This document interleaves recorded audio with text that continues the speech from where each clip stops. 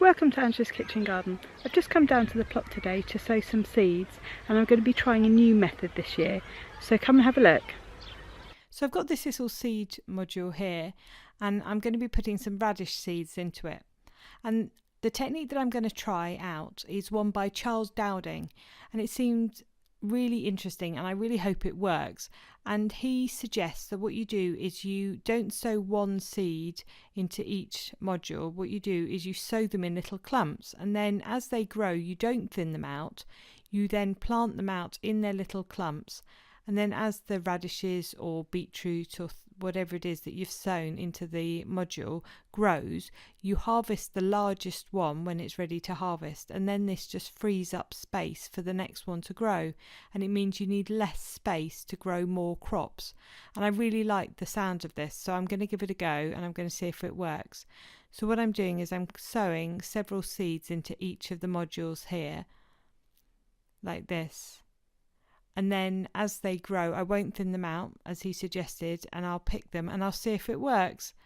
And the other advantage to doing this is that when the seeds go out, they are that much bigger, the little seedlings, rather than germinating in the ground where they can be eaten by birds and snails and slugs.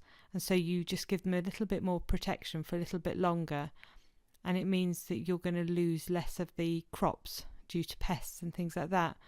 And so I will let you know how I get on with this, and fingers crossed it works really well, because it looked like a really good idea.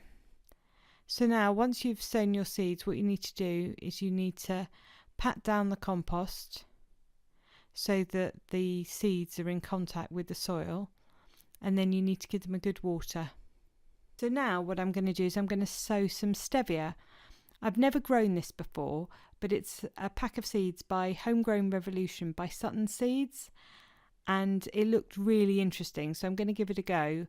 And I've seen it in the supermarkets as a substitute for sugar, and so I was thinking that what I could do is I could use the leaves in my herbal tea, so I could use it to sweeten up my peppermint tea and things like that. And so hopefully it tastes nice and it works. And I'll just show you what the seeds look like now. They are absolutely tiny. I've never grown this before, so I have to see how I get on with it. Hopefully they germinate so I can actually see what they're like. And I'll keep you posted. I'll let you know how I get on with this one, and I'll let you know what it tastes like in the tea. So what I'm going to do is I'm just going to put a very, very fine layer of seed compost on the top of this, because they're such tiny seeds. I'm going to make sure that there aren't any lumps in there so that they can easily get up, because they're such tiny seeds. They're not going to be able to cope if there are lumps in the soil. And then once I've done that, I'm just going to pat it down and then give it a good water. And I'm going to just quickly write a label so that I remember what's in here.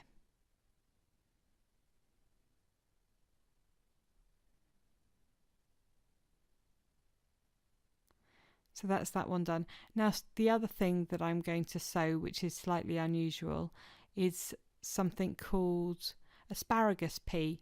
And I grew this years ago and I really can't remember what I thought of it, so I thought that I'd give it another go.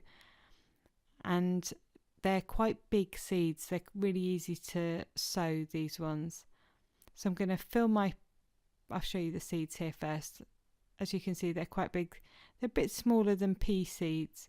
They're about the same size as sweet pea seeds.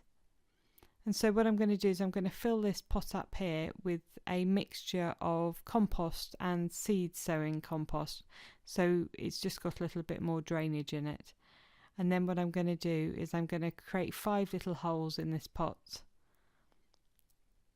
and then I'm going to put the seeds into the holes so that they're nicely spaced out. And then when they grow, it'll be easy enough for me to separate these up so that I can then plant them out. And then I'll firm it down on top and give it a good water.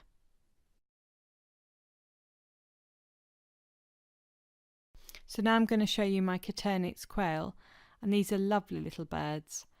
And when I've just come down in the morning now to let them out, and as you can see they're quite excited to get out. But before I put them out, I'll just show you their eggs.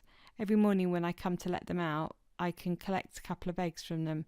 So I've got 2 eggs at the back here, and I've got 1 at the front. You need about 4 quail eggs as a substitute for a chicken egg, but they're really delicious, and it means that I can actually have fresh eggs, which is really nice because I don't have enough space for chickens, and also I think they'd be a little bit too noisy. But these Coturnix quails are perfect because they're nice and small, they don't take up much space, and they're not very noisy, and they're just perfect little pets to have in the garden, I think, so I better put them out.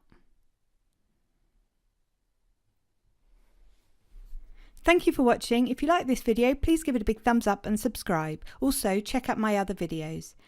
If you're on social media, you can also follow me on Instagram, Twitter and Pinterest, and the details of that are in the description below. And I'll be uploading another video at the same time tomorrow, so see you on the next one. Bye!